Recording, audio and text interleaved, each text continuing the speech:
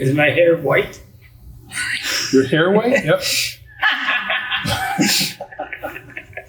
That's good, because it's better than nothing.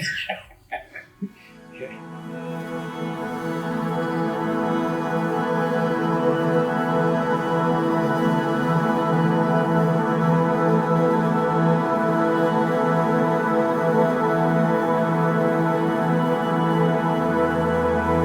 My name is Bob Ruffo. I was born in 1939, about 3 months after the Second World War started, and lived in Toronto all my life until I was about 14 when my father passed, and we moved to Montreal. And from there I met my wife Anne. Make a long story short, there's a lot of things that happened in between. I played semi-pro football. That's how I met it. I broke my wrist, and you weren't allowed to, I was only 17, you weren't allowed to wear a cast in those days playing football. So I sort of eased back for a while, met Ann. I said, the hell with sports. I started beating Ann. But I played all sports, hockey, baseball, football. I played them all, so I was always interested. But when I came to Toronto, and I see a lot of these gym ads, I said, I gotta go in there. So the one fellow that took me to the first, they sort of, like you do here, I guess, you take somebody around. And so he's testing my strength on bench and stuff like that. I forget what I was doing, 100 pounds, 100, whatever it was, wasn't much. And he said to me after it was all done, he said, you and weights are gonna be connected. That's the last time I ever saw him. He would work there part-time, that was the end of it. But he got me going. I got really interested. And the next morning I could hardly move after my first introduction. But once that started, I just said, I want to get into it, and never looked back. After about 3 years of working out at Tandy's, they wanted me to work as a trainer. I said, okay. So I taught there for a while. It was fun. And you know what made it fun was the people. You know, it's just new people all the time. It's like I say here, I just love talking to people. It's a great group. Now, if you're asking the difference between the gyms back then and now, big time. In those days, they had barbells, dumbbells, benches, incline stuff like that. But machines like you have here, no. They have the odd treadmill, maybe one or two in a gym, but that would be about it. And bicycles, the same thing, one or two. So it was a different aspect as it is today. You walk into a gym like this, which I find very advanced, because there isn't a piece of machinery in here that doesn't work with a body part that you need. So getting back to the old days, it wasn't that. It was just weightlifting, basically weightlifting. And that's where I got involved in powerlifting. I had some decent numbers, but not enough to be in high competition. I made some mistakes along the way. I found out that trying to beat a record every time you come out to work out is not a great idea. So I reached 600-pound deadlifts and squats, and I couldn't surpass it. But every time I came into the gym, I tried to, and that took a toll on my body. I did things so wrong. I was doing 600-pound squats and deadlifts. I couldn't get past the 600. I'm talking about months. And I finally said, you know, and I could pump myself up with adrenaline. I was mentally preparing myself at home. I'll tell you how bad I wanted. I actually was psyched up when I left the house. And but as I say, the mistake was every time, and I'd go different angles. I'd start with a lightweight, warm up, you know, a very lightweight, a couple 100 pounds, or I'd start with 450, do a set of 5 or 6. And no matter which way I did it, I didn't get past. It wasn't there.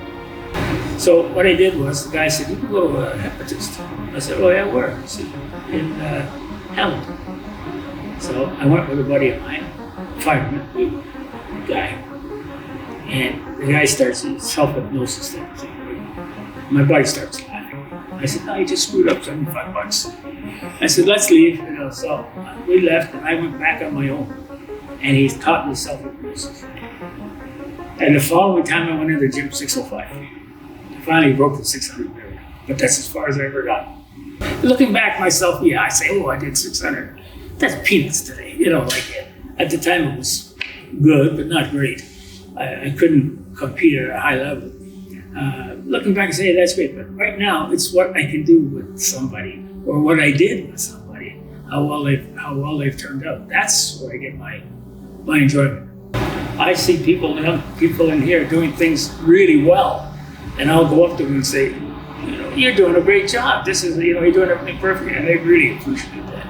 And after a while, they'll come and ask me a couple of questions about different things. So, and I enjoy working with people now. Like Scott, I'm working with Scott. I love working with him because I see the results like quickly for him, and he's gung ho. He's very anxious to do it. I couldn't be happier. And I can't train now because of physical problems that I have, but I still love coming in. It gives me something to do. I'm in my 80s now. It's better than lying around and watching TV. And I'll tell you something else. With all the problems I've had physically, it's genetic, a lot of them.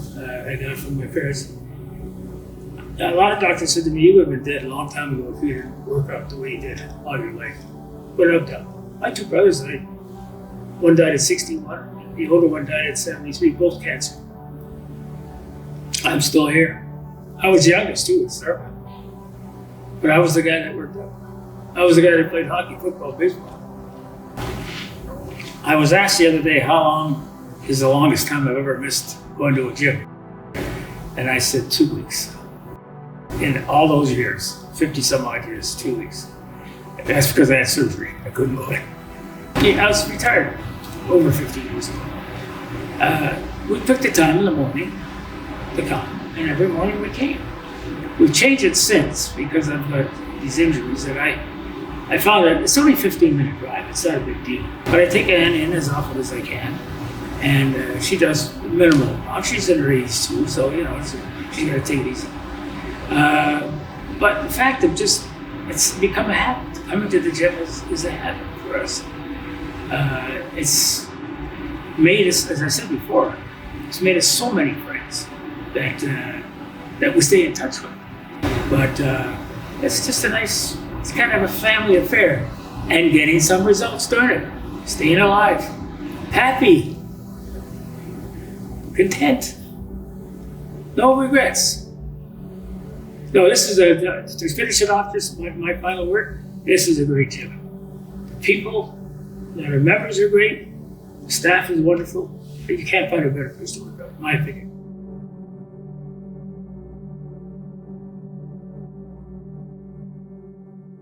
You know what I do? And I do this with everybody for the last number of years since I had a cell phone.